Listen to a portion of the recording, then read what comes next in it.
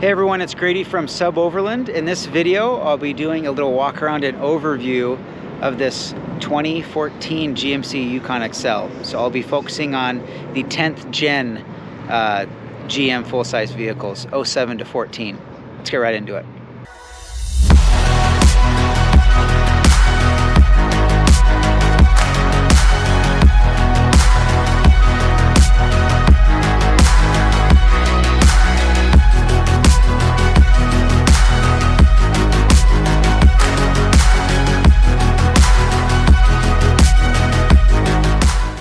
So here is a 2014 GMC Yukon XL, and these ones were made from 07 to 14. This is the 10th gen of the GM full size, so of the Suburban or Yukon XL.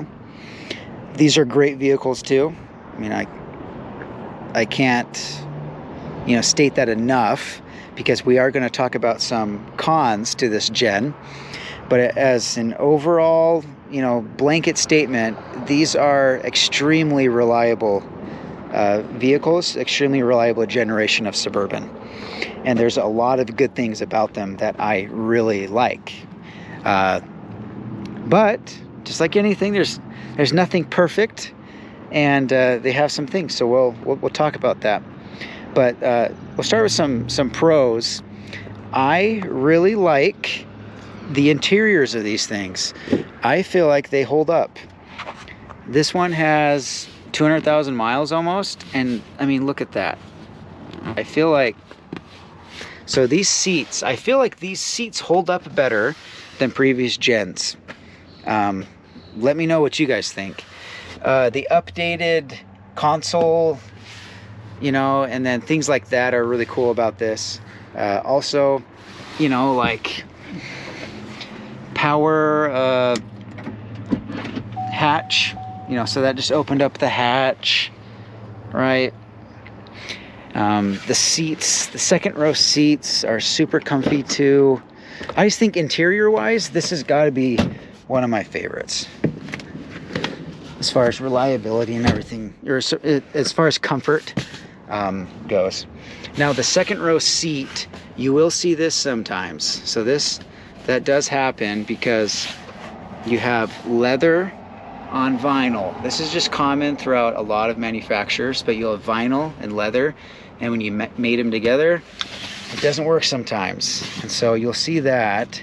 But that doesn't happen to all of them, and that's something we can fix. And then they had, like, this one has the dual DVD, so you got one right there, and so you had, some of them had dual DVDs like this, which was cool.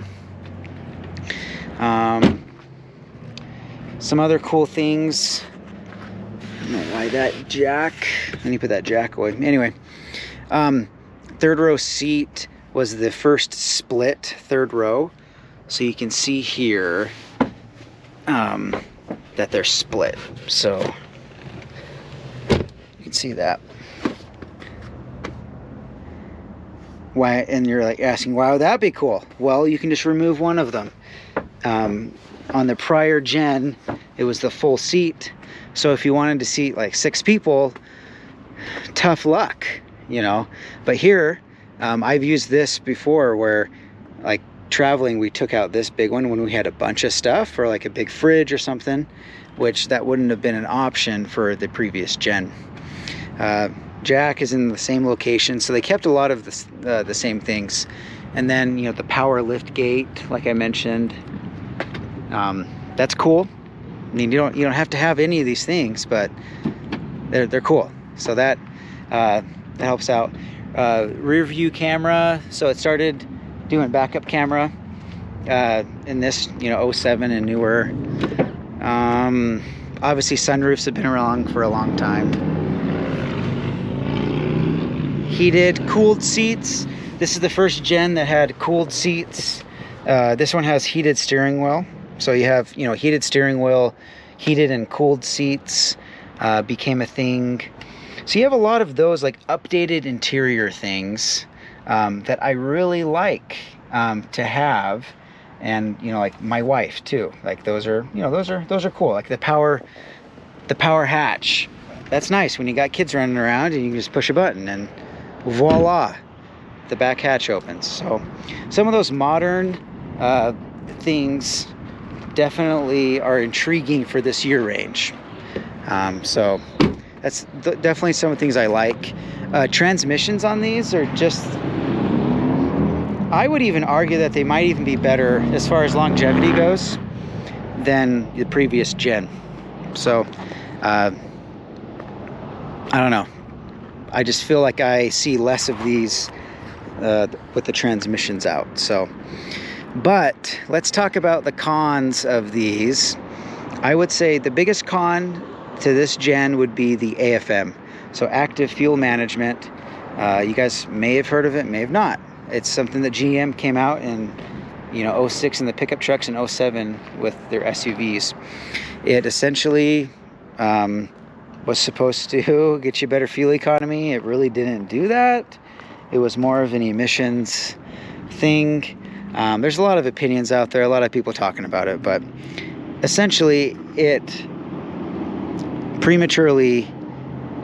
the lifters prematurely fail, and sometimes like crankshaft, so it causes some internal problems to the engine that were never found in previous gens, and it's all because of to save like a mile per gallon, and it really didn't even do it anyway. So these things are rated to get better fuel economy, and I would argue that it's less about the AFM when they do get better fuel economy and more about the transmission.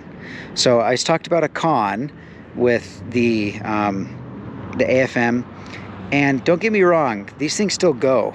I had one 240,000 miles, and then the AFM did go, and I sold, fixed it and sold it, but these things do go. I've seen them over 300,000 with original engine too, without being cracked open. So they can do it, just not as common in my opinion as the 9th gen.